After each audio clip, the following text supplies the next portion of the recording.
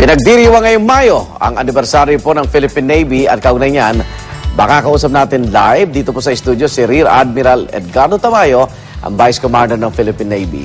Good morning po, Rear Admiral Tamayo. Magandang umaga, kaibigang Arnold, at magandang umaga sa lahat ng ating televiewers sa Kapuso Network. Ano bang mensahe natin sa mga nandun ngayon sa karagatan, no? At ika nga, dinidepensahan yung ating teritoryo? Alam mo, Igan, ay dapat nating matawag na yan ay mga heroes natin sapagkat patuloy na ito ay binabantayan ng ating mga karagatan at ginagawan pa na nila ang kanilang mga tungkulin, lalo na sa proteksyon ng ating mga marine resources. Kasama na rin dito ang proteksyon ng ating mga ari-arian dito sa West Philippine Sea at sa ibang lugar ng ating mga bansa. Okay, at paano po natin pinalakas yung ating defense capability, lalo na ang China agresibo no? So, kamusta ho ngayon dun sa West Philippine Sea at dun sa iba pang binabantayan teritoryo natin?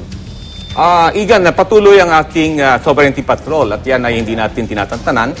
At sapagkat nais nating protektahan, kagaya ng nabanggit natin kanina, ang ating marine resources at ang ating teritoryo. Kaya't walang tigil yan, 24/7 ng ating mga Navy personnel. Kasama na rin natin dito ang ibang ahensya na tumutulong para mapanatili ang kaayusan dito sa West Philippine Sea at sa ibang lugar ng ating kapuluan.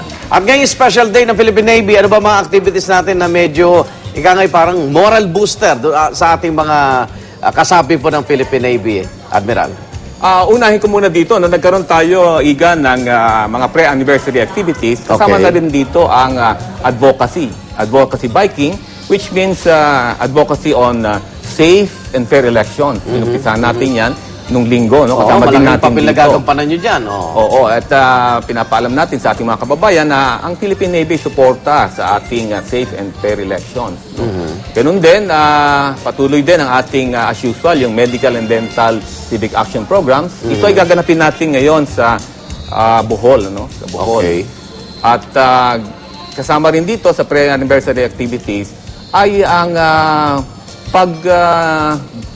pag-inaugurate o pag-donate natin ng isang multipurpose dito sa Katiil, Davao. At ngayon nga, ang ating Navy Chief ay nandun ngayon para iyan ay turn over sa Davao.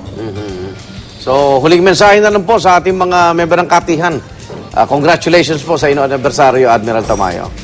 Salamat. Ano mensahe niyo sa kanila? Igan, nagpapasalamat ako. Thank you for the opportunity na tayo naimbitahan dito.